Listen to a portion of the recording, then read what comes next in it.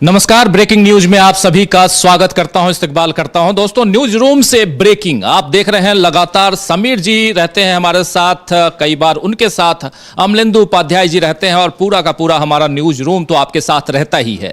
आज हम बात कर रहे हैं राहुल गांधी की, जो अमेरिका की यात्रा पर हैं, और राहुल गांधी अमेरिका से जो विस्फोट कर रहे हैं वो यहां कहीं ना कहीं नागवार गुजर रहा है बीजेपी के लिए। और रोज लगातार राहुल गांधी बीजेपी और आरएसएस पर प्रहार क्यों कर रहे हैं, यह समझना जरूरी है। और इसमें बहुत सारी चीजें समझने के लिए तो न्यूज पॉइंट, खरी खरी, नजर नजरिया, बहुत सारे प्रोग्राम्स हैं, लेकिन यहां अपडेट्स के साथ हम आप तक इस प्रोग्राम को लेकर आते हैं। और ब्रेकिंग न्यूज में हमारे साथ आज जुड़ी हुई हैं अंशिता। अंशिता, आपका स्वागत है। और स्वागत एक बार आप सबका भी, और हमारे तमाम साथी जो यहां न्यूज रूम में हैं उन सबका भी इस कार्यक्रम में स्वागत करता हूं। दोस्तों, राहुल गांधी की 3 दिवसीय अमेरिका की यात्रा, और उसमें से आज दूसरा दिन वाशिंगटन डीसी में आज राहुल गांधी थे। और उन्होंने पहले वर्जीनिया में वहां के छात्रों के सवालों का जवाब दिया। उसके अलावा इंडियन डायस्पोरा से भी उन्होंने बातचीत की, और डायस्पोरा यानी वहां के जो अप्रवासी भारतीय हैं उन लोगों के साथ उनकी बातचीत, और कुछ अमेरिकन भी थे। और 17 मिनट का यह भाषण कल भी था जब डलास में, टेक्सास में थे राहुल गांधी, वहां भी उन्होंने भाषण दिया था। बहुत ही शानदार भाषण, सुनने लायक भाषण। और आज का भाषण भी बहुत ही दमदार, शानदार भाषण था राहुल गांधी का। उस भाषण में उन्होंने सीधा सीधा हमला, राहुल गांधी ने सीधा हमला नरेंद्र मोदी पर किया और आरएसएस पर किया। आरएसएस और नरेंद्र मोदी यानी बीजेपी ये क्या कर रहे हैं, कैसे नफरत के बाजार को यहां मजबूत बनाए रखे हुए हैं और उस पर मोहब्बत की दुकान खोलने की कोशिश राहुल गांधी लगातार कैसे कर रहे हैं, ये सारी बातें वहां करते हुए राहुल गांधी नजर आए। राहुल गांधी ने आज जब बातें की हैं, जरा आना चाहता हूं अंशिता, आपके पास कुछ अपडेट्स होंगे, जरा बताइए क्या कुछ राहुल गांधी ने कहा है, और खासकर जब छात्रों से मुखातिब हो रहे थे, सवालों का जवाब दे रहे थे, तो क्या कुछ था? खासकर उन्होंने आरक्षण की भी बात की कि आरक्षण का मुद्दा भारत में खत्म नहीं होना चाहिए। इसके अलावा जैसे कि कल भी वो बीजेपी और आरएसएस पर ही हमलावर नजर आए थे, तो इसी तरह आज भी वही देखने को मिला। और उन्होंने साफ साफ कहा कि जो ये लोकसभा चुनाव जो हुए हैं उसने कुछ ही मिनटों में जो है डर, जो मोदी सरकार इतने सालों से फैला रही है, उसको पूरी तरह खत्म कर दिया। जो एजेंसियों का दबाव जिस तरह से बनाया, ये सारी चीजें जो है खत्म हो गई हैं लोकसभा चुनाव में। और अब जो ये 56 इंची का सीना जो पीएम मोदी लेकर घूमते थे, अब वो कहीं ना कहीं जो है अब डरे हुए नजर आ रहे हैं, वो भी अब दबाव में आ गए हैं। इस तरह की तमाम चीजें वहां से उन्होंने कही। तो यहाँ महत्वपूर्ण बात है 56 इंच के सीने पर प्रहार राहुल गांधी का। और उसके अलावा चुनाव के ऐन वक्त जब कांग्रेस पार्टी के अकाउंट्स को सीज कर दिया गया था, इसका जिक्र भी राहुल गांधी करते हुए नजर आए। राहुल गांधी बता रहे थे कि भारत और अमेरिका के बीच सेतु का काम आप लोग कर रहे हैं, जो वहां जो इंडियंस हैं वो कर रहे हैं, और वहां से यानी अमेरिका से जो कुछ सीख कर आप आ रहे हैं वो भारत को दीजिए, और भारत से भी बहुत कुछ अमेरिका को देने का है। और उसके अलावा 60 के दशक, 70 के दशक और पुरानी बातों को भी याद करते हुए राहुल गांधी वहां नजर आए। आइए जरा एक बाइट सुनते हैं। और खासकर राहुल गांधी ने जब उनसे पूछा गया, बहुत सारे सवाल पूछे गए, लेकिन उसमें एक महत्वपूर्ण था, और कह रहे थे राहुल गांधी कि अब डर नहीं लगता। भारत में पहले लोग डर के रहते थे, लेकिन अब उन्हें डर क्यों नहीं लगता है, इसका राज खोलते हुए राहुल गांधी यहां क्या कह रहे हैं, जरा सुन लेते हैं, फिर चर्चा को आगे बढ़ाएंगे। बहुत महत्वपूर्ण, और इसमें आप जुड़िए दोस्तों, जो बाद में जुड़े हैं आप सबका एक बार फिर से स्वागत करता हूं, इस्तकबाल करता हूं। सुनिए राहुल गांधी का ये बयान, जो कह रहे हैं कि अब हिंदुस्तान में डर नहीं लगता है। But I don't know if you noticed that something is definitely changed after the election results, you know. People come sometimes while I'm in Delhi, some, you know, people will, I'm driving in the car, sometimes they'll make me open the window and they'll say, डर निकल गया, डर नहीं लगता अब डर नहीं लगता, डर गायब हो गया। तो it's interesting to me that BJP ने कितना, मोदी जी ने कितना डर फैलाया, एजेंसीज का दबाव, मीडिया का दबाव, इनकम टैक्स डिपार्टमेंट, छोटे बिजनेसेस पे, मीडियम साइज बिजनेसेस पे, और एक सेकंड में सब गायब हो गया। अजीब सी बात है। मतलब सालों लगे, उस डर को पैदा करने में सालों लगे, प्लानिंग चली, पैसा लगा और 1 सेकंड में खत्म। और वो दिखता है अब, you can see it, I see it, I get to see it in parliament, I see the prime minister right up front, and I can tell you that the idea of Mr. Modi, 56-inch chest, direct connection with God, that's all gone. It's history now.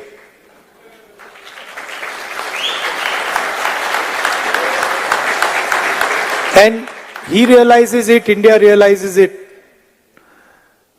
his partners in government realize it, the 3 or 4 senior ministers in his government realize it.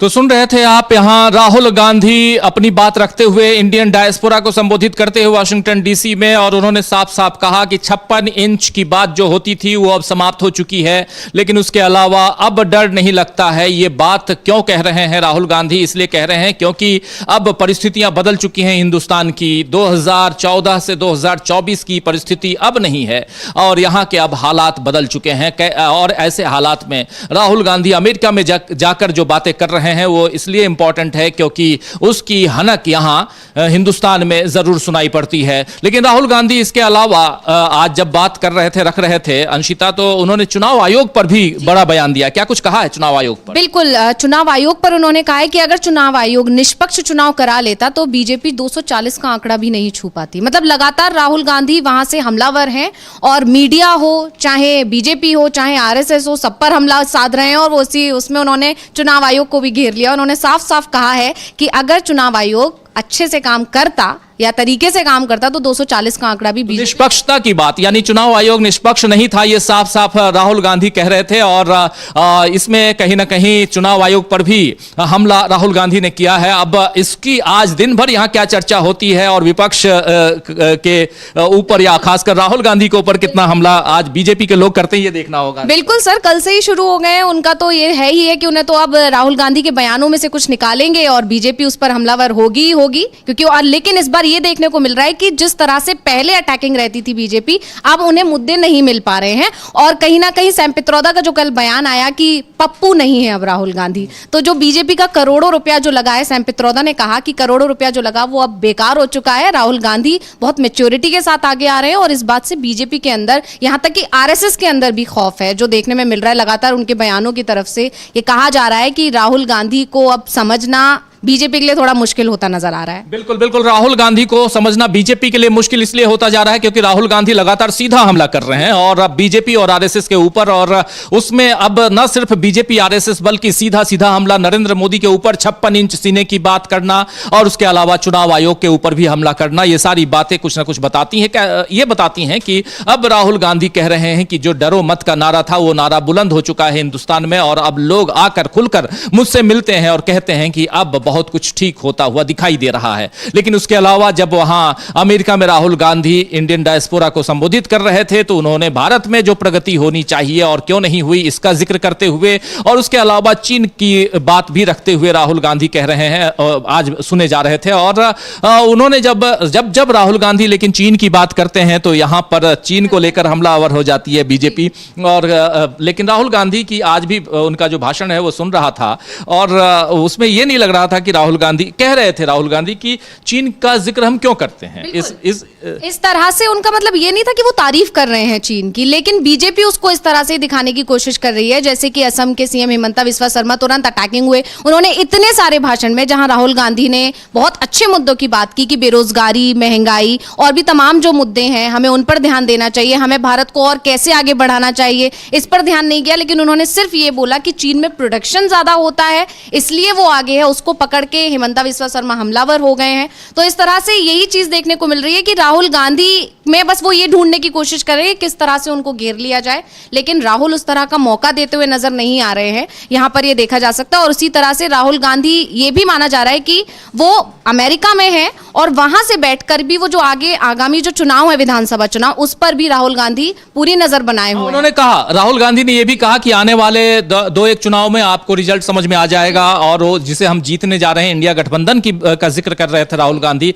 यानी आश्वस्त है राहुल गांधी कि अगले चुनाव जो है वो India गठबंधन जीत रहा है, ये भी है। लेकिन उसके अलावा राहुल गांधी ने जाति आधारित जनगणना की भी बात की। जातिगत जनगणना पर राहुल गांधी से सवाल पूछा गया कि आप जातिगत जनगणना की बात कर रहे हैं, बार बार कर रहे हैं, इसका क्या मतलब है और क्यों कर रहे हैं, आप जात पात की बात क्यों कर रहे हैं। तो राहुल गांधी ने बहुत ही कायदे से समझाते हुए, बहुत ही यहां संजीदगी से समझाते हुए राहुल गांधी नजर आ रहे थे। जरा सुनते हैं क्या कुछ कहा है जाति आधारित जनगणना पे। हिंदुस्तान में तो आपने खूब सुना होगा, लेकिन विदेश में जाकर, अमेरिका में जाकर और इसी पर सवाल पूछे जाने पर राहुल गांधी कहते क्या है, सुनिए जरा।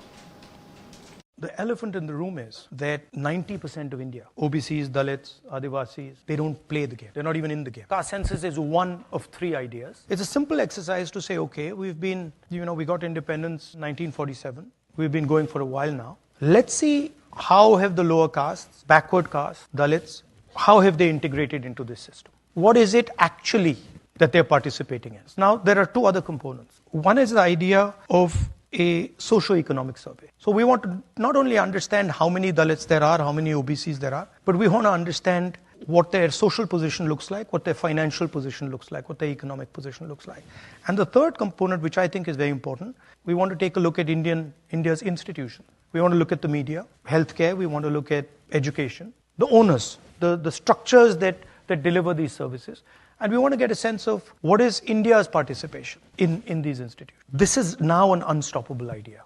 So if somebody thinks that now they are going to stop 90% of India from asking these questions, from demanding a census, from asking the question about how much participation do they have in our institutional structure, I don't think it's going to work. I think that the pressure is way too powerful. It's not a question of caste or religion or Hindutva or anything else. It's a question of fairness. I frankly, as a politician, I don't want to live in a country when...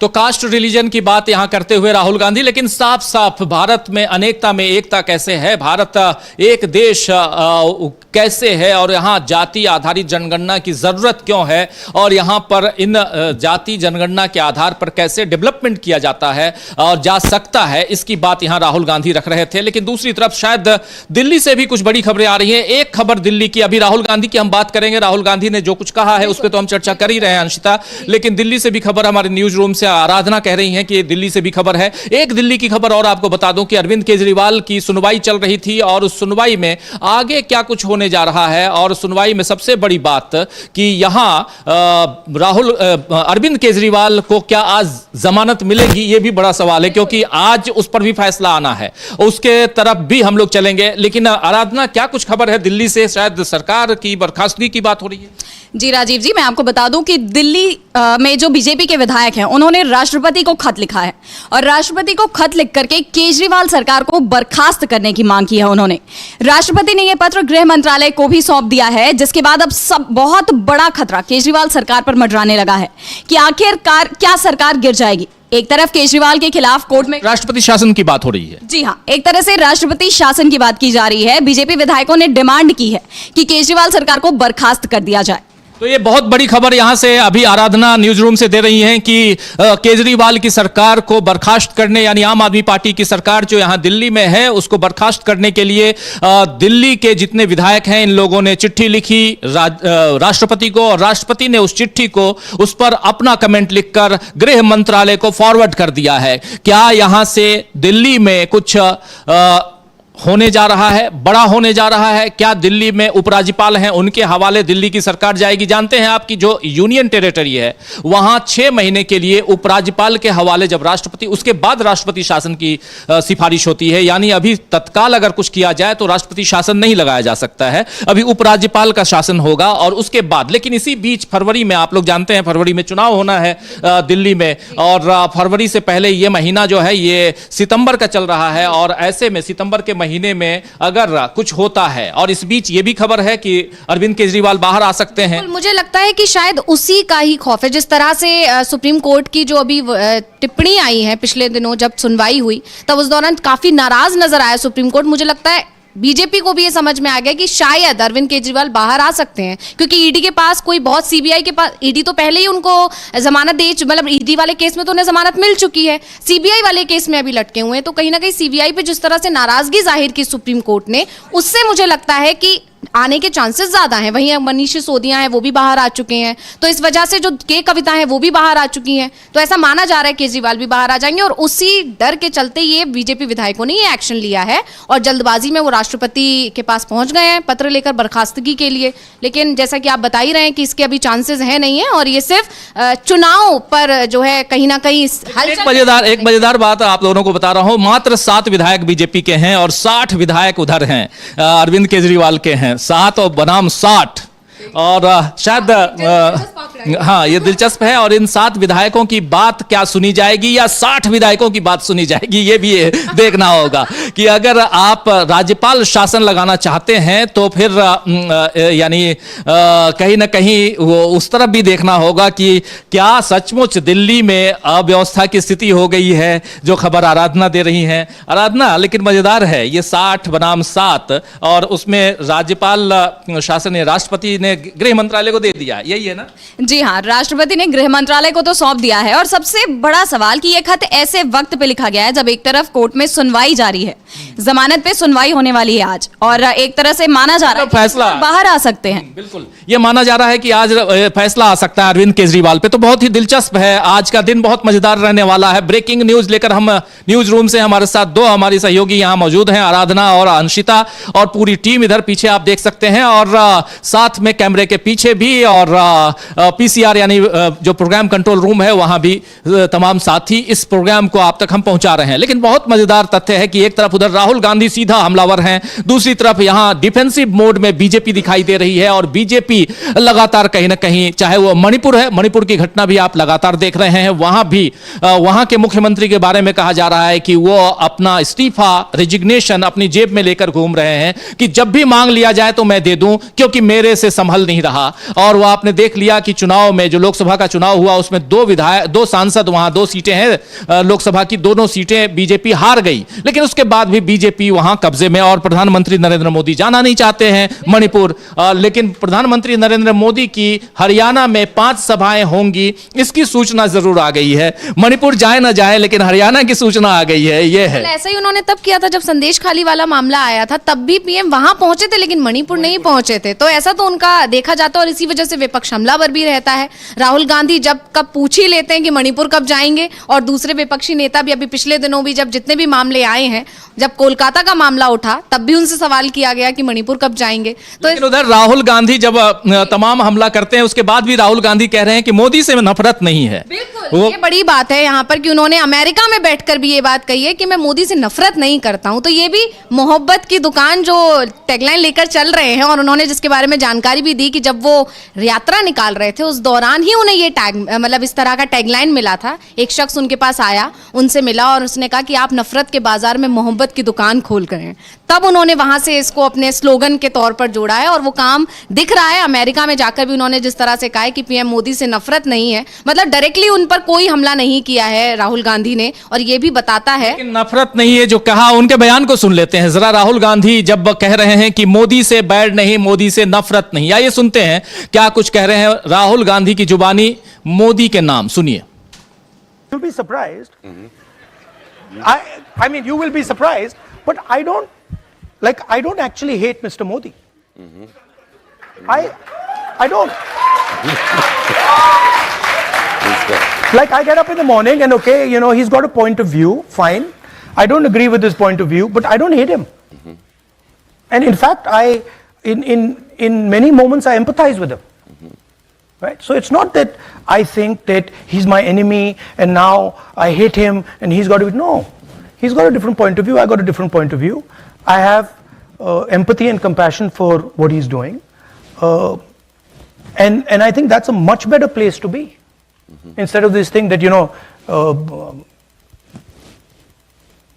him versus me. I don't think that's productive.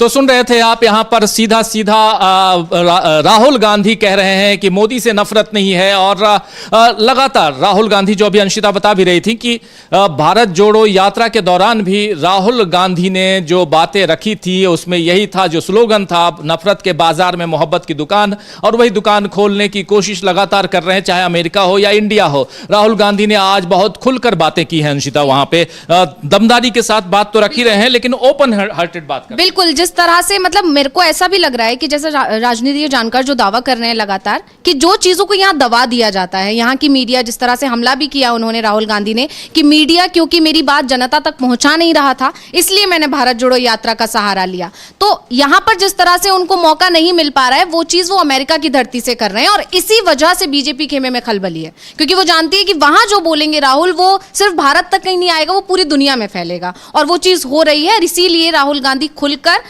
हर मुद्दे पर बोल रहे हैं, चाहे वो आरक्षण का मुद्दा हो, चाहे वो जाति जनगणना का मुद्दा हो, या फिर लोकसभा चुनाव के जो नतीजे आए उस पर चुटकी लेना ही क्यों ना हो। और पीएम मोदी पर लगातार चुटकी ले ही रहे हैं कि 56 इंची का सीना जो था वो अब थोड़ा सा झुके हुए कंधों के साथ पीएम मोदी नजर आ रहे हैं। अभी जम्मू कश्मीर जब गए थे राहुल गांधी, यहां से जाने से पहले जम्मू कश्मीर में जब उन्होंने रैली की थी उस दौरान भी उन्होंने इस बात का जिक्र किया था कि जो 56 इंची का सीना लेकर आते थे पीएम मोदी, अब वो संविधान की किताब को अपने सर माथे लेकर संसद में एंटर होते हैं। तो इस तरह की चीजें हैं, और यही एक डर था बीजेपी के अंदर जो सही साबित हुआ एक तरह से कि राहुल गांधी जब अमेरिका जाएंगे तो बीजेपी पर हमलावर होंगे, आरएसएस पर हमला बोलेंगे, और वहां से उस चीज को दबा नहीं पाएगी बीजेपी। यहां की मीडिया को दिखाना ही पड़ेगा, और ऐसा हो भी रहा है। राहुल गांधी यहां मीडिया में छाए हुए हैं, लगातार उनके बारे में यहां चर्चा भी हो रही है। तो इस तरह की चीजें देखने को मिल रही हैं कि राहुल गांधी की जो रणनीति है वो अब बीजेपी से आगे बढ़ रही, मतलब बीजेपी जितना सोच नहीं पा रही है उससे आगे राहुल गांधी चलते हुए नजर आ रहे हैं। मतलब बिल्कुल बिल्कुल बिल्कुल आप सही कह रहे हैं। राहुल गांधी जिन रणनीतियों पर काम कर रहे हैं, जो काम वो कर रहे हैं, जो भाषण दे रहे हैं,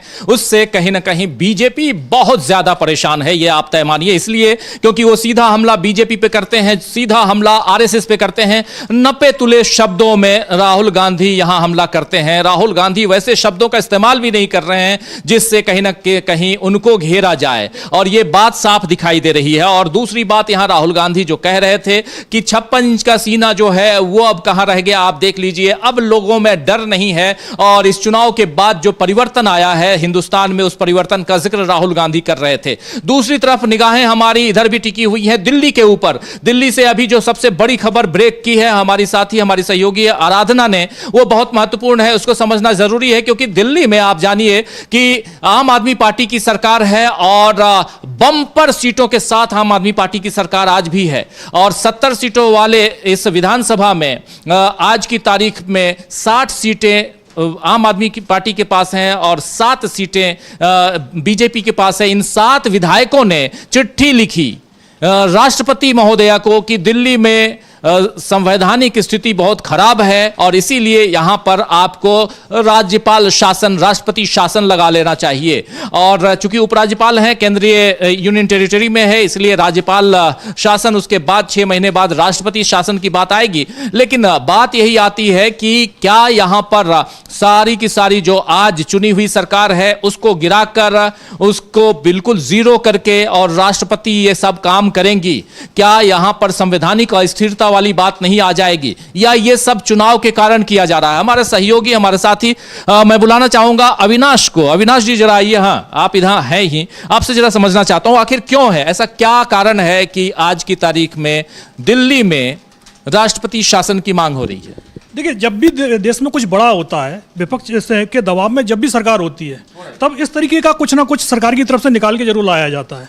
अभी जैसे राहुल गांधी अमेरिका में गए हुए हैं और उनका दौरा मीडिया में छाया हुआ है, तो अब इसकी काट कहाँ से की जाए? तो इसके लिए एक नई चीज़ निकाली गई है। 7 विधायकों ने राष्ट्रपति को एक पत्र लिखा कि भाई संवैधानिक संकट की स्थिति है, 6 महीने से ज़्यादा वक्त हो गया है, यहाँ विधानसभा का सत्र भी नहीं बुलाया गया है। लेकिन 6 महीने से ज़्यादा वक्त हरियाणा में भी हो चुका है, वहाँ पर भी विधानसभा का सत्र नहीं बुलाया गया है।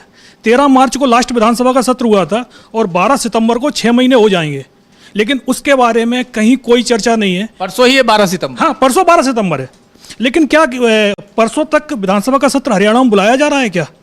इसकी कोई चर्चा नहीं है वहाँ। लेकिन अभी तो चुनाव की घोषणा हो गई ना। लेकिन आप एक संवैधानिक रूप से तो आप बात दें 6 महीने के अंदर, आप चुनाव की घोषणा तो अभी 20 दिन पहले हुई है, उससे पहले बुलाया जा सकता था। ये तो सबको पता है कि विधानसभा सरकार गिर जाती है अगर बुलाते तो, क्योंकि जेजेपी ने अपना हाथ खींच लिया है। हाँ, ये और जेजेपी ने हाथ ही नहीं खींचा, बल्कि उनके 7 विधायक जो हैं वो आउट हो गए हैं। मात्र 3 विधायक हैं, उसमें से एक तो खुद है दुष्यंत चौटाला। हाँ, दुष्यंत चौटाला अकेले विधायक की दिक्कत यह भी थी कि बीजेपी को अपने अंदर भी बगावत का डर लग रहा था। उनको यह डर लग रहा था कि यदि विधानसभा सत्र में जाते हैं तो जाहिर सी बात है अविश्वास प्रस्ताव आना ही है। तो दोस्तों देखिए, आप बने रहिए, बहुत मजेदार तथ्य यहां रख रहे हैं हमारे साथी अविनाश जी, और कह रहे हैं कि यही स्थिति उधर हरियाणा की है, लेकिन हरियाणा में विधानसभा नहीं बुलाते आप, और दिल्ली में आप ये कहते हैं कि संवैधानिक स्थिरता का आलम है और मुख्यमंत्री जेल में हैं, इसलिए ये 7 विधायक मिलकर यहां राज्यपाल के हवाले इस राज्य को देना चाहते हैं, राष्ट्रपति शासन की मांग कर रहे हैं। बड़ा एक दिलचस्प मोड़ पे है यहाँ की राजनीति देखी जाए तो। हाँ बिल्कुल, इस समय सबसे बड़ी बात है बीजेपी जबरदस्त प्रेशर में चल रही है, और एक आज केजरीवाल पर सुनवाई भी होनी थी, और जब भी केजरीवाल के मामले में सुनवाई होती है तो कुछ ना कुछ बीजेपी उनके खिलाफ जरूर लेके आती है। कहीं मालूम पड़ता है कि निचली कोर्ट में चार्जशीट पेश हो गई है, या कोई दूसरा नया मामला खुल गया है केजरीवाल के खिलाफ, कुछ ना कुछ जरूर होता रहता है। अब सबसे बड़ी बात यह है कि अभी हरियाणा का चुनाव चल रहा है, इसके बाद दिल्ली का भी चुनाव होना है, जनवरी या मैक्सिमम फरवरी में चुनाव हो जाएगा। अब चुनाव से पहले कोई भी सरकार जनहित की घोषणा करना शुरू कर देती है। केजरीवाल अभी जेल में है, लेकिन ये सबको पता है कि ज़्यादा से ज़्यादा वो इस महीने ही जेल में रहेंगे, इस महीने वो जेल से बाहर आ जाएंगे, और जेल से बाहर आने के बाद केजरीवाल सरकार एक के बाद दूसरी घोषणा करना शुरू करेगी। तो उससे पहले ही सरकार पर ब्रेक लगा दिया जाए, इसके लिए बीजेपी के विधायकों ने राष्ट्रपति को पहले ही चिट्ठी लिख दी है। केजरीवाल की जमानत हो और जेल से बाहर हैं तो पता चले कि वो पूर्व मुख्यमंत्री हो गए हैं। अब उनको एक बार फिर कोर्ट में जाना पड़ेगा कि साहब हमारी सरकार को बचाइएगा, यानी आम आदमी पार्टी को उनको सुप्रीम कोर्ट में ही रखना है कि आप लड़ते रहिएगा। तो ये एक रोकने की भी कोशिश चल रही है, बीजेपी कई चारों तरफ से घिरी हुई है, तो उनको समझ में नहीं आ रहा है क्या करें। तो अब एक कदम उठाते हैं। जैसे आप कह रहे हैं अविनाश, वैसे यहाँ की जनता को भी तो समझ में आ रहा होगा कि खेल क्या चल रहा है अंदर खाने। किसी भी तरह यहाँ अरविंद केजरीवाल को रोके रखने की कोशिश है कि ना तो वो अपने चुनाव प्रचार पर फोकस कर पाए और ना ही वो जो उनकी योजनाएं हैं उस पर फोकस कर पाए। लेकिन बिल्कुल आपने जैसा कि कहा कि जनता भी सब समझ रही है, अगर उलझा के भी रखेंगे तो ये 4-5 महीने ही निकाल सकते हैं, उसके बाद फिर चुनाव होंगे और चुनाव के बाद जो नतीजे आएंगे फिर हो सकता है कि जनता फिर सबक सिखा दे। जैसे देखिए यहाँ सियासी खेल कैसे चल रहा है, एक तरफ राहुल गांधी अमेरिका से दबाव बना रहे हैं, प्रेशर दे रहे हैं बीजेपी पे, आरएसएस पे, और लगातार हमलावर हैं, और अकेला नेता है जो सीधा आरएसएस पर प्रहार करता है, ये भी तय मानिए आप। लेकिन दूसरी तरफ यहां अरविंद केजरीवाल की सरकार को बर्खास्त करने के लिए चिट्ठी लिखी जाती है, और राष्ट्रपति महोदया उस चिट्ठी को गृह मंत्रालय को भेज देती है। इसके क्या मायने? इसके मायने ये हैं कि कहीं ना कहीं राष्ट्रपति उस चिट्ठी से प्रभावित हैं और उस चिट्ठी को इंटरटेन कर रही हैं, तभी तो वो गृह मंत्रालय को रेफर कर रही है, वरना वो वहीं पर खारिज भी कर सकती थी। तो एक तो यहां पर यह बात आती है, लेकिन ऐसा हो क्यों रहा है? अविनाश जैसा बता रहे थे अंशिता कि वहां हो इसलिए रहा है क्योंकि यहां से अगर अरविंद केजरीवाल आज बाहर आ जाते हैं, जो थोड़ी देर बाद हो सकता है कि उनके बाहर आने की जो स्थिति है वो निर्मित हो और फैसला सुनाया जाए सुप्रीम कोर्ट से, उस पर भी हम सबकी निगाहें टिकी हुई हैं। लेकिन अरविंद केजरीवाल के बाहर आते ही क्या होगा? वहां होगा ये कि अरविंद केजरीवाल की पार्टी और दिल्ली की सरकार कई सारी योजनाओं के विज्ञापन और योजनाएं लाने की बात करने लगेंगे, और सारी सरकारें करती हैं। अभी झारखंड की सरकार कर रही है, महाराष्ट्र की सरकार कर रही है, सब कर रहे हैं, सबको पता है कि चुनाव है। तो ऐसी स्थिति में उससे रोकने के लिए बेहतर यही होगा कि उलझा दिया जाए, लटका दिया जाए, और सुप्रीम कोर्ट के चक्कर ही दिल्ली सरकार जो है काटती रहे। जैसा कि अविनाश जी ने कहा ही कि अगर वो पूर्व मुख्यमंत्री हो जाएंगे तो फिर उन्हें सुप्रीम कोर्ट का दरवाजा खटखटाना पड़ेगा। लेकिन हम आंकड़े भी तो देख रहे हैं, जैसा कि हम बात ही कर रहे हैं कि उधर 60 है, इधर 7 है, तो स्थितियां बीजेपी भी जानती है कि कुछ होना नहीं है इसका, लेकिन फिर भी बस एक विचलित करने की कोशिश है कि कहीं ना कहीं परेशान रहेंगे तो चुनाव प्रचार, मेन इनका ये है कि चुनाव प्रचार पर फोकस ना कर पाए, क्योंकि जल्दी ही विधानसभा चुनाव है दिल्ली में, और दिल्ली में स्थिति बीजेपी की खराब ही है। एमसीडी चुनाव से भी उसमें पता चली गया था, और लोकसभा चुनाव के ताजा नतीजे भी बता ही रहे हैं कि कुछ भी नहीं होना है बीजेपी का। और इसी वजह से, और क्योंकि इंडिया गठबंधन ने वैसे ही बीजेपी को परेशान कर रखा है, अब वहां पर कांग्रेस पर तो हमलावर नहीं हो पा रहे हैं, राहुल गांधी ने वहां से प्रेशर बना रखा है, तो क्यों ना वो जो विपक्षी राज्य हैं, दूसरे जो दल हैं उन पर फोकस बनाने की कोशिश है, ये सिर्फ उन्हें डराने धमकाने की कोशिश है कि कहीं ना कहीं शायद इंडिया गठबंधन में ही फूट हो जाए, क्योंकि आम आदमी पार्टी उसका भी तो एक हिस्सा है, उन्हें भी डराने की कोशिश है, जहां तक ऐसा कहा जा सकता है जिस तरह का जो चीजें, क्योंकि आदत तो है बीजेपी की किसी भी तरह से दबाव बनाने की, जैसा दावा किया जाता है, जैसे कि विपक्ष उस पर आरोप भी लगाता है। फिलहाल अगर राहुल गांधी पर ही वापस आ जाते हैं तो वो अमेरिका से लगातार हमलावर हैं और लगातार जिस तरह से वो कह रहे हैं आरएसएस पर हमला कर रहे हैं, बीजेपी पर हमला कर रहे हैं, वो तो एक है ही, क्योंकि पॉलिटिकल पार्टी भी है कांग्रेस, तो ये बनता है, लेकिन उस तरह से मुख्य मुद्दे जो हैं उन पर जिस तरह से राहुल गांधी बात कर रहे हैं वो बता रहा है कि बीजेपी के पास उनके तोड़ नहीं है, इसीलिए वो सिर्फ अब उन पर उन मुद्दों को उठा के टारगेट करने की कोशिश करेगी जिससे राहुल गांधी पर पर्सनल अटैक हो जाए। और इस चीज की शुरुआत बीजेपी ने पहले ही शुरू कर दी थी जब वो अमेरिका दौरे पर जा रहे थे। कई मंत्रियों की तरफ से, कई सांसदों की तरफ से बयान आना शुरू हो गए थे कि राहुल गांधी सिर्फ जो है देश की छवि को खराब करते हैं, लेकिन इस बार अभी आप राहुल गांधी ने जब से बोलना शुरू किया है एक भी ऐसा बयान उनकी तरफ से नहीं आया है और ना बीजेपी की तरफ से इस तरह का कोई अटैकिंग हो पा रही है कि देखिए बाहर जाकर भारत की छवि को खराब कर रहे हैं। बिल्कुल बिल्कुल। हालांकि कल इन्होंने कोशिश की और कल आप याद कीजिए गिरिराज सिंह का बयान था जिसमें वो राहुल गांधी को देशद्रोही कह रहे थे और कह रहे थे कि राहुल गांधी ने देशद्रोह किया है, देश का, हिंदुस्तान का नाम वहां बदनाम किया है अमेरिका जाकर। ये सारी चीजें तो हम लोग पहले से उम्मीद कर रहे थे कि यहां बीजेपी वाले करेंगे ही, और वही वहां जब राहुल गांधी भाषण देते हैं तो कल दो भाषण उनके, एक इंटरेक्शन डलास में और यूनिवर्सिटी ऑफ टेक्सास में, और दूसरा उनका इंडियन डायस्पोरा के साथ गुफ्तगू उनको उन्होंने संबोधित किया। आज वाशिंगटन डीसी में राहुल गांधी हैं, वाशिंगटन डीसी में राहुल गांधी ने छात्रों से इंटरेक्ट भी किया और उसके अलावा राहुल गांधी ने वहां के भी इंडियन डायस्पोरा से बातचीत की, भाषण दिया। 17 मिनट का आज का भाषण भी था, बहुत ही मजेदार, बहुत ही तथ्यपरक भाषण कह लें, और उस भाषण को सुनना चाहिए। हमने डीबी लाइव पर थोड़ी देर पहले उनके भाषण को लाइव किया था, अगर आप लोगों ने नहीं देखा हो, नहीं सुना हो तो जरूर सुनिएगा। थोड़ी देर बाद इस कार्यक्रम को जब समाप्त करेंगे तो जरूर देखिएगा। लेकिन अभी जो अलग अलग खबरें आ रही हैं उन खबरों से अपडेट के साथ और उस पर थोड़ी बहुत बातचीत के साथ इस ब्रेकिंग न्यूज को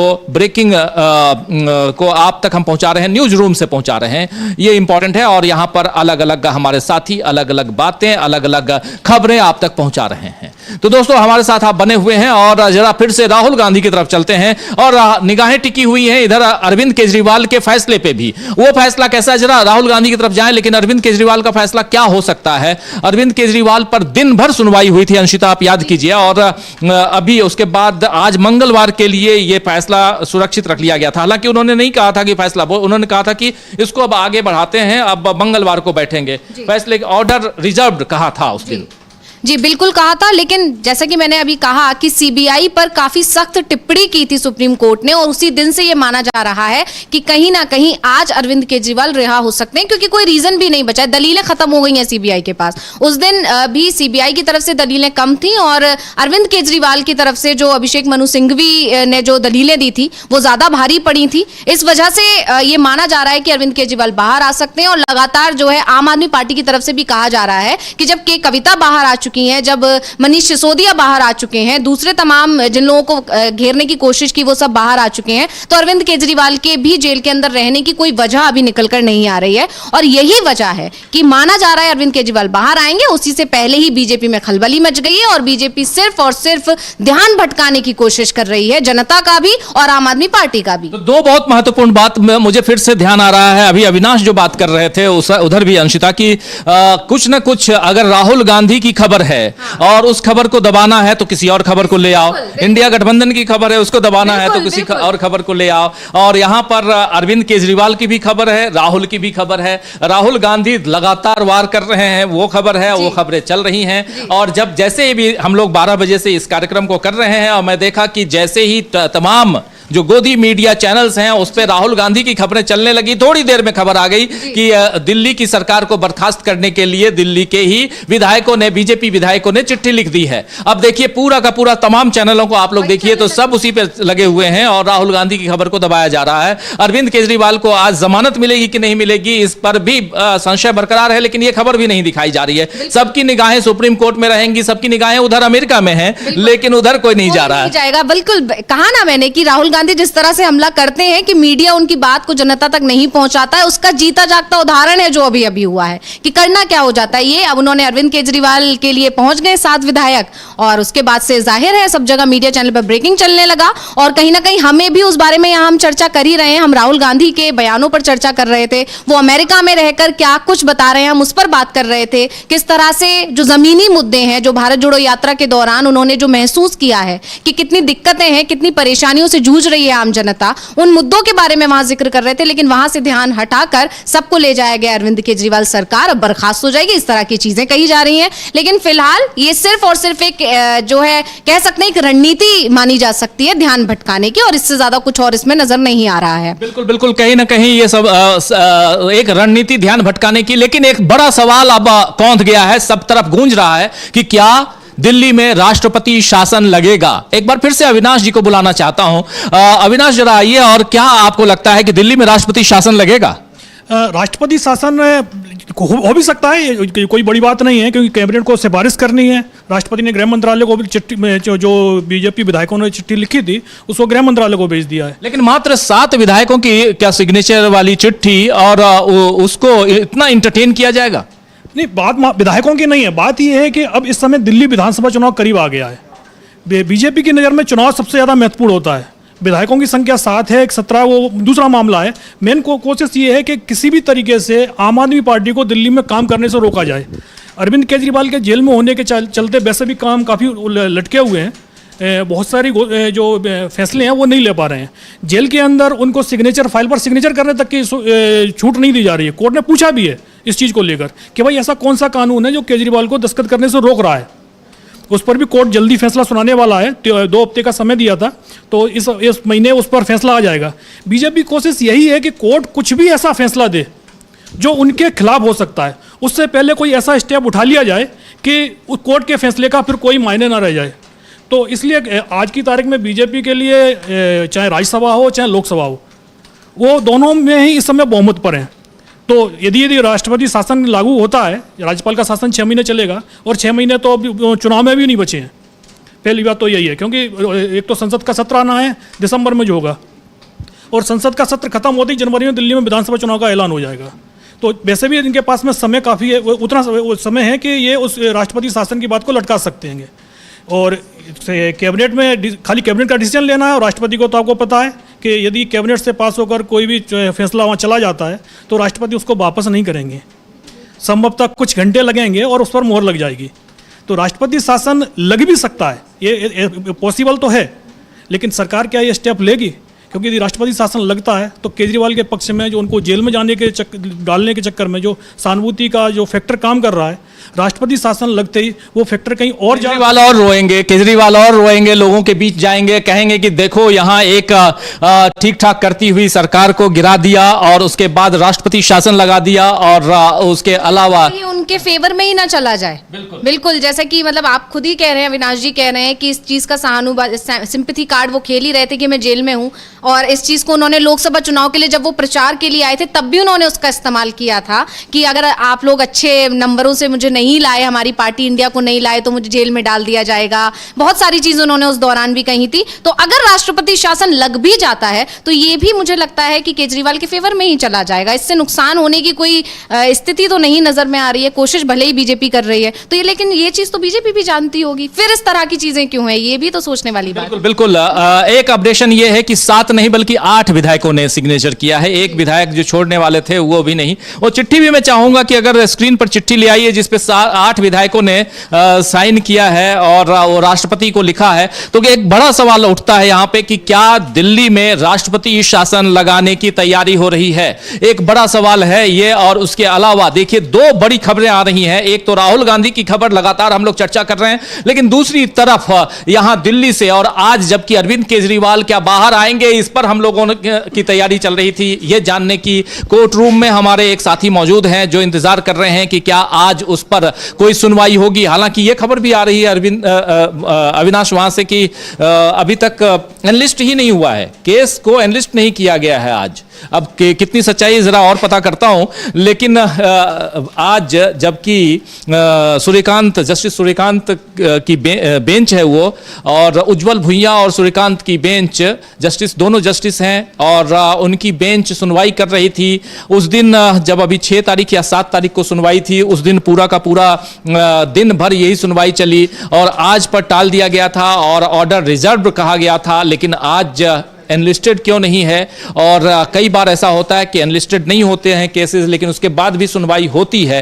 तो आज क्या कुछ होगा उसका उधर इंतजार है, सबकी निगाहें टिकी हुई हैं। आम आदमी पार्टी को चाहने वाले, उनके समर्थक वो ज्यादा उम्मीद रख रहे हैं कि आज इधर अरविंद केजरीवाल बाहर आ जाएंगे। लेकिन दूसरी तरफ अरविंद केजरीवाल की खबर को दबाने के लिए, राहुल गांधी की खबर को दबाने के लिए 8 विधायकों ने चिट्ठी लिख डाली और उस चिट्ठी में सीधे सीधे राष्ट्रपति शासन की सिफारिश की मांग कर डाली राष्ट्रपति महोदया से। ये अपने आप में दिलचस्प है।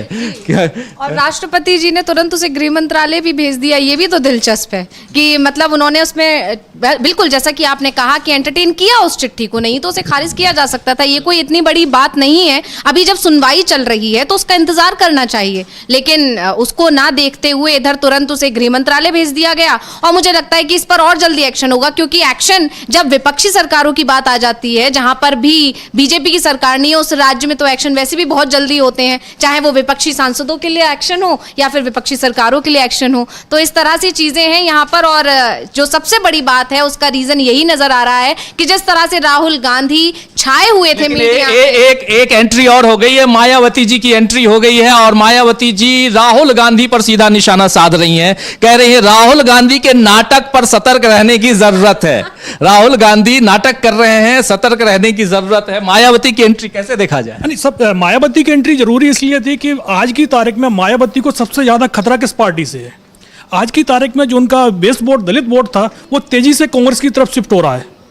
मायावती अलग थलग पड़ती जा रही हैं। आप पिछले 2-3 चुनाव आप देख लीजिए, हर चुनाव में बीएसपी का वोट शेयर कम होता जा रहा है, सीटें हाथ से फिसलती जा रही हैं। अब तो हालत ये हो गई है कि बीएसपी की टिकट पर कई जगह तो कैंडिडेट मिलना मुश्किल हो गया है। एक समय यह था कि ये कहा जाता था कि भाई लाइन लगती थी, वहाँ लोग थैली लेके पहुँचते थे, लेकिन आज की तारीख में कैंडिडेट भी नहीं मिल रहा है उनको। आज उनको हरियाणा में चुनाव लड़ने के लिए गठबंधन करना पड़ रहा है, और ऐसी पार्टी से जिसके पास में सिर्फ एक विधायक था। तो आप समझ सकते हैं कि मायावती की हालत इस समय क्या चल रही है, और उन्हें जो खतरा सबसे ज़्यादा कांग्रेस की तरफ से ही है, इसीलिए राहुल गांधी कुछ भी बोलेंगे। और यदि वो मामला आरक्षण से जुड़ा हुआ होगा तो मायावती का बयान जरूर आएगा और वो राहुल गांधी के खिलाफ ही आएगा। राहुल कुछ भी बोले नहीं, बिल्कुल आरक्षण से। ये देखिए ऑलरेडी ये ट्वीट आ गया है, ट्वीट में क्या कुछ है जरा पढ़ के बताइए अंशिता। जी बिल्कुल। तो लिखा है मायावती ने, केंद्र में काफी लंबे समय तक सत्ता में रहते हुए कांग्रेस पार्टी की सरकार ने ओबीसी आरक्षण को लागू नहीं किया और ना ही देश में जातीय जनगणना कराने वाली ये पार्टी अब इसकी आड़ में सत्ता में आने के सपने देख रही है। इनके इस नाटक से सचेत रहें, जो आगे कभी भी जातीय जनगणना नहीं करा पाएगी। एक और ट्वीट करती हैं, आगे लिखती हैं, अब कांग्रेस पार्टी के सर्वे सर्वा श्री राहुल गांधी के इस नाटक से भी सतर्क रहें, जिसमें उन्होंने विदेश में ये कहा है कि भारत जब बेहतर स्थिति में होगा तो हम SC, ST, OBC का आरक्षण खत्म कर देंगे। इससे स्पष्ट है कि कांग्रेस वर्षों से इनके आरक्षण को खत्म करने के षड्यंत्र में लगी हुई है। आगे और लिखती हैं, इन वर्गों के लोग कांग्रेस नेता श्री राहुल गांधी के दिए गए इस घातक बयान से सावधान रहें, क्योंकि ये पार्टी केंद्र की सत्ता में आते ही अपने इस बयान की आड़ में इनका आरक्षण जरूर खत्म कर देगी। ये लोग संविधान व आरक्षण बचाने का नाटक करने वाली इस पार्टी से जरूर सजग रहें। जबकि सच्चाई में कांग्रेस शुरू से ही आरक्षण विरोधी सोच की रही है। केंद्र में रही इनकी सरकार में जब इनका आरक्षण का कोटा पूरा नहीं किया गया, तब इस पार्टी से इनको इंसाफ ना मिलने की वजह से ही बाबा साहिब डॉक्टर भीमराव अंबेडकर ने कानूनी मंत्री पद से इस्तीफा दे दिया था। लोग सावधान रहें। एक और ट्वीट लिखती हैं, कुल मिलाकर जब तक देश में जातिवाद जड़ से खत्म नहीं हो जाता है, तब तक भारत की स्थिति अपेक्षाकृत बेहतर होने के बावजूद भी इन वर्गों की सामाजिक, आर्थिक व शैक्षणिक हालत बेहतर होने वाली नहीं है। अतः जातिवाद के समूल नष्ट होने तक आरक्षण की सही संवैधानिक व्यवस्था जारी रहना जरूरी है। मतलब इन बयानों से एक चीज साफ आ रही है, जो निकल कर आ रही है, वो यही है कि जो इनका कोर वोट बैंक जो छिटक रहा है, जो कांग्रेस की तरफ जा रहा है, उसे अपने पाले में वापस लाने की ही कोशिश यहाँ नजर आ रही है। उन्होंने लगातार 5 ट्वीट किए हैं और लंबे चौड़े पोस्ट किए हैं और सीधा सीधा सिर्फ उन्होंने कांग्रेस पर ही निशाना साधा है। बिल्कुल बिल्कुल, सीधा कांग्रेस पर निशाना, राहुल गांधी पर निशाना, और कह रही हैं कि राहुल गांधी के इस नाटक से सतर्क रहें। ये सबसे बड़ी बात है कि राहुल गांधी के इस नाटक से सतर्क रहें। सीधा अभी अब देखिए कैसे कैसे कैरेक्टर्स, और जैसे जैसे दिन आगे बढ़ता है वैसे वैसे कैरेक्टर्स आगे बढ़ रहे हैं, पॉलिटिशियंस आगे आ रहे हैं। देखिए एंट्री हो रही है, मायावती जी की भी एंट्री हो रही है। मतलब ये इसको भी हमें समझने की जरूरत है कि राहुल गांधी की रणनीति बिल्कुल सही काम कर रही है। उन्हें आप मीडिया से गायब रखेंगे तो वो इस तरह से चर्चा में बने रहेंगे। और मायावती का ये ट्वीट भी बताता है कि अब राहुल गांधी की बातों पर इतना ध्यान दिया है उन्होंने कि उन्हें बाकायदा 5 ट्वीट करने पड़ गए हैं कि सिर्फ राहुल गांधी पर अटैकिंग मोड में। और किसी भी तरह से चर्चा हो, चर्चा तो होनी ही चाहिए, और उस तरह से चर्चा हो रही है। बिल्कुल चर्चा हो रही है, और राहुल गांधी पर सीधा हमला करते हुए मायावती जी और राहुल गांधी पर बीजेपी आरएसएस वाले हमला कर ही रहे हैं। बीजेपी आरएसएस हमला और उसके बाद मायावती भी हमला, यानी दोस्त का दुश्मन दोस्त, वही तो हो रहा है। हाँ बिल्कुल, अभी आप पिछले कई चुनाव देख लिए तो मायावती ने जहां पर भी चुनाव लड़ा है वहां उनके चुनाव लड़ने से फायदा किसको हुआ है? वहाँ बीजेपी को ही फायदा हुआ है।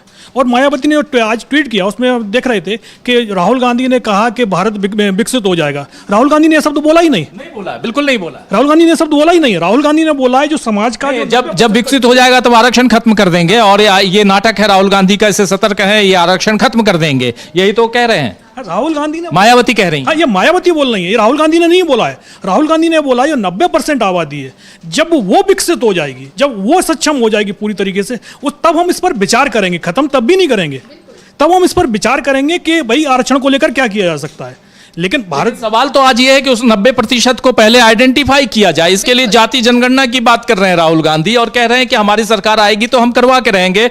और उन्होंने सदन में भी कहा था, लोकसभा के अंदर कहा था कि आप याद रखिए हम यहां करवाएंगे जो आप नहीं कर रहे हैं। नरेंद्र मोदी को सीधी चुनौती उन्होंने दी थी, याद कीजिए। कर लीजिए वरना आपका पद भी चला जाएगा, नहीं तो दूसरा जो प्रधानमंत्री आएगा वो जरूर करवाएगा। इस तरह का बाकायदा ट्वीट किया था राहुल गांधी ने। और जातिगत जनगणना का बिल्कुल वो लगातार मुद्दा उठा ही रहे हैं। और इसी वजह से ये जो मायावती भी जो परेशान हो गई हैं, वो जानती हैं कि उनका जो कोर वोट बैंक है वो अब कांग्रेस की तरफ शिफ्ट हो गया है, हो ही गया है। जिस तरह से चुनावों में नतीजे आए हैं, मायावती को नहीं मिल रहा है उस तरह। यूपी में तो बहुत ही ज्यादा हालत खराब रही, तो इस वजह से ही मायावती ने सीधा। हम लोगों ने अभी जाति जनगणना वाली बात जो राहुल गांधी ने कही है वो सुनवाई भी थी, एक बार फिर से सुन लेते हैं जरा और क्लियर हो जाए कि मायावती जी परेशान क्यों हो रही है। राहुल गांधी से जब सवाल पूछा गया कि आप लगातार जाति जनगणना की बात कर रहे हैं, इसके क्या मायने रखे जाए, जात पात को क्यों आगे उठाने की कोशिश कर रहे हैं, बढ़ाने की कोशिश कर रहे हैं। राहुल गांधी ने बहुत सधे अंदाज में अपनी बात कही है, संजीदगी के साथ। जरा सुन लेते हैं राहुल गांधी ने जाति जनगणना पर क्या कुछ कहा था, सुनिए।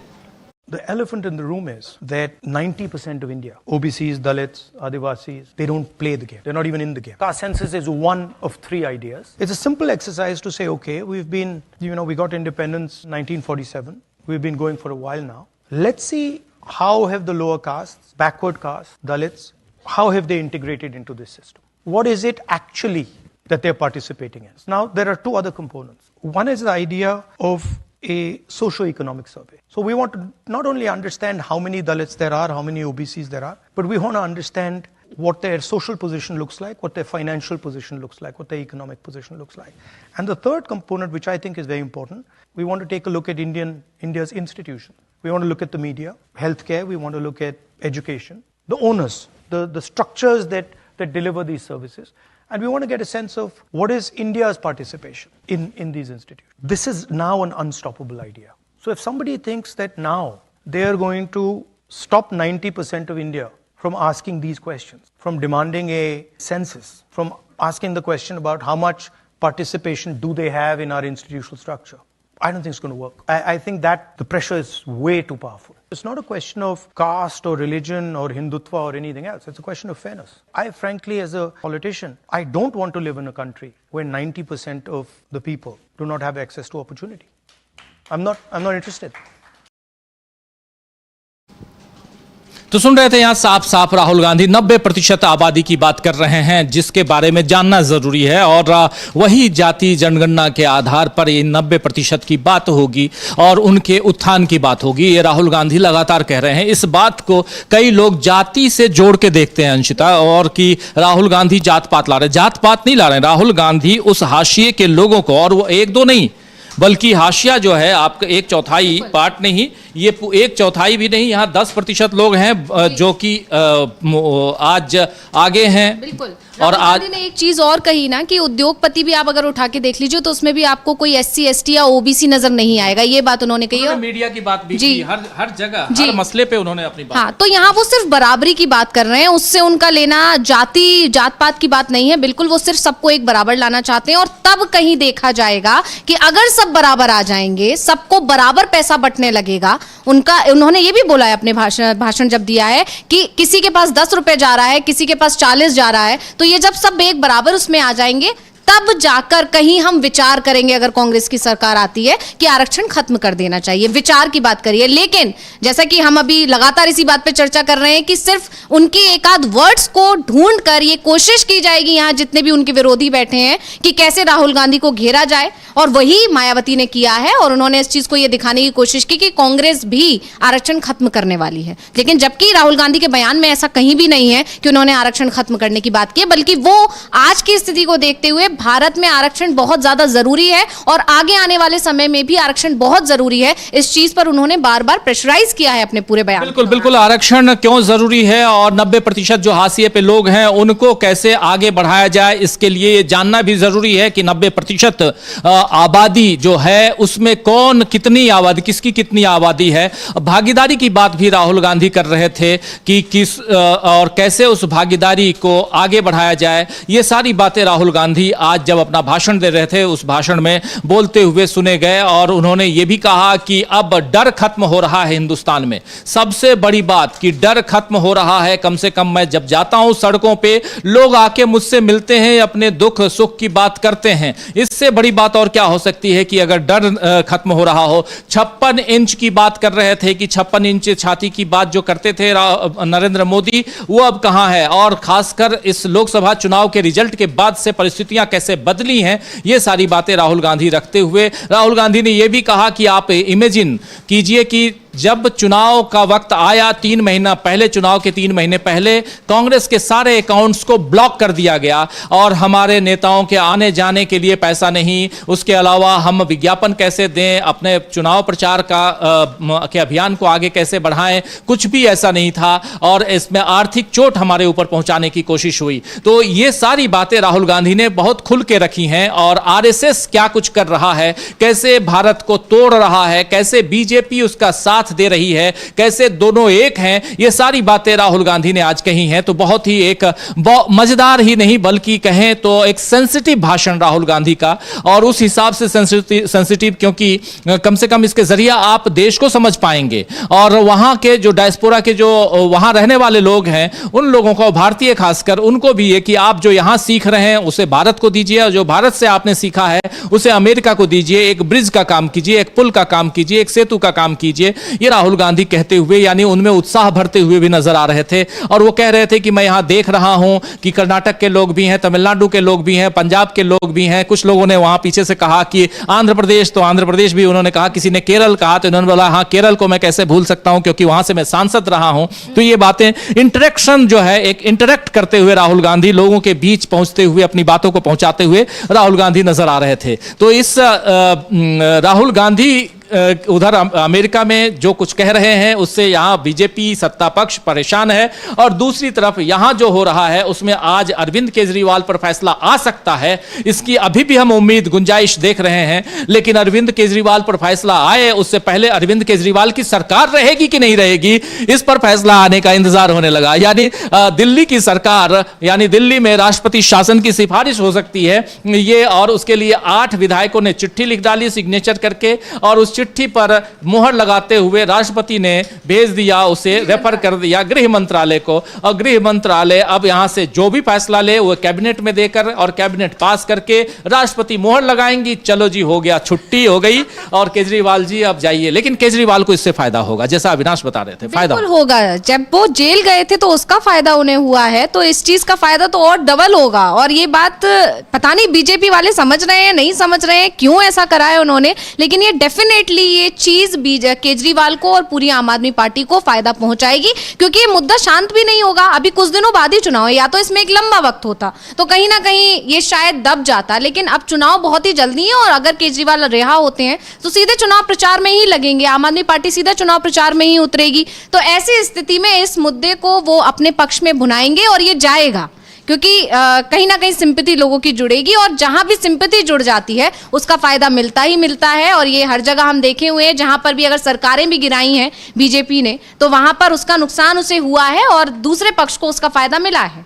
महाराष्ट्र में भी देखा गया, जिससे एमबीए ज्यादा मजबूत दिखाई दिया, जबकि जो है एनडीए को उतनी अच्छी स्थिति नहीं रही लोकसभा चुनाव में। तो ऐसे में ये चीज केजरीवाल के लिए फायदेमंद ही साबित होने वाली है, जिस तरह से चीजें जो बन रही हैं। तो लेकिन फिलहाल जो स्थिति है, मुझे सिर्फ ऐसा लग रहा है कि ये सिर्फ और सिर्फ राहुल गांधी से ध्यान भटकाने की एक कोशिश मात्र है, और इससे ज्यादा कुछ भी नजर नहीं आ रहा है इसमें। और ये सिर्फ परेशान करने की कोशिश है, उनसे ध्यान भटके, और दूसरी तरफ आम आदमी पार्टी जो है इसी सब में फंसी रहे। और जो चुनाव हैं या आगे आने वाले समय में उन्हें कुछ घोषणाएं करनी है, क्योंकि चुनाव नजदीक हैं, तो इस तरह की चीजें तो होती ही हैं। सभी चुनावी राज्यों में लग गई हैं सरकारें अपने अपने जितने भी उन्होंने चीजें की हैं, जो योजनाएं हैं, जो रुकी हुई योजनाएं, उन्हें कंप्लीट करने में या उनका प्रचार करने में, उन्हें जनता तक पहुंचाने में, उसमें कहीं ना कहीं रुकावट बनेगी इस तरह की चीजें अगर होंगी। क्योंकि कहीं ना कहीं बीजेपी समझ चुकी है कि केजरीवाल बाहर तो आने वाले हैं, इस तरह की चीजें उन्हें अंदर से पता लग रही हैं, जिस तरह का सुप्रीम कोर्ट का पिछले दिनों क्योंकि अरविंद केजरीवाल को जमानत ईडी से तो मिल चुकी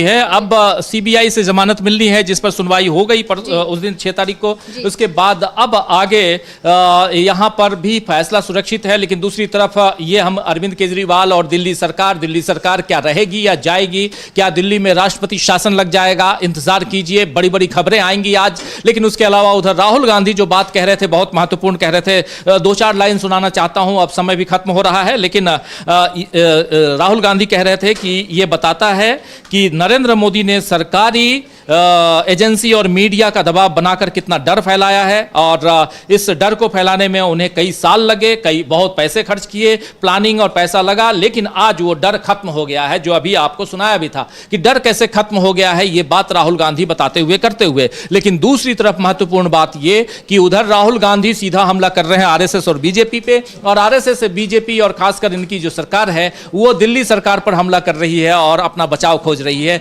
मीडिया से, न्यूज से राहुल गांधी अलग हों, उसके लिए कुछ नई खबर, और उसमें मायावती जी के एक के बाद आपने अभी 5 ट्वीट पढ़ दिए, 5 ट्वीट, और उसमें कह रही है मायावती जी की राहुल से सतर्क रहो, नाटक से, राहुल के नाटक से सतर्क रहो। तो इस तरह से साफ है कि कहीं ना कहीं पूरा तंत्र लग गया है कि कैसे राहुल को साइड करें, और अगर राहुल पर भी बात करनी है तो राहुल की छवि को खराब करने की कोशिश राहुल गांधी की, जिस तरह का बीजेपी करती आई है। और इसमें मायावती ने भी साथ दे दिया है। तो जैसा कि आपने कहा, दुश्मन का दुश्मन आपस में दोस्त हो ही जाते हैं, तो इस तरह की चीजें यहाँ निकल कर आ रही हैं। और बिल्कुल दुश्मन का दुश्मन दोस्त होता है, तो यहाँ पर कौन किसका दुश्मन है और कौन किसका दोस्त है, ये आपके ऊपर छोड़ रहा हूं, आप सोचते रहिए। लेकिन मजेदार है कि खबरें बहुत हैं, और इन खबरों के साथ लगातार बीच बीच में हम आते रहेंगे। आप तक इस ब्रेकिंग न्यूज को न्यूज रूम से आप तक हम लेके आ रहे थे, और इससे अब समाप्त करने की इजाजत चाहता हूं। और बहुत शुक्रिया अदा करता हूं कि आप लोग अपने व्यस्त समय में भी इस कार्यक्रम को देखते हैं, सराहते हैं, कमेंट लिखते हैं।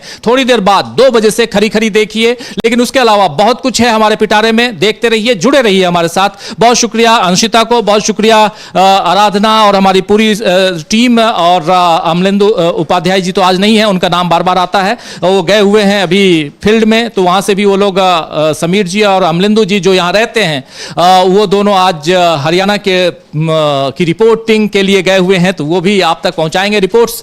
और उसके अलावा अमलेंदु उपाध्याय जी और समीरात्मक जी के अलावा इधर हमारे तमाम साथी अविनाश जी स्पेशल अपना बयान और स्पेशल कमेंट्स दे रहे थे, उनका भी शुक्रिया। जो दिल्ली में क्या खेल चल रहा है वो बता रहे थे। आप सबका भी बहुत बहुत शुक्रिया दोस्तों। बने रहिए, जुड़े रहिए हमारे साथ। नमस्कार।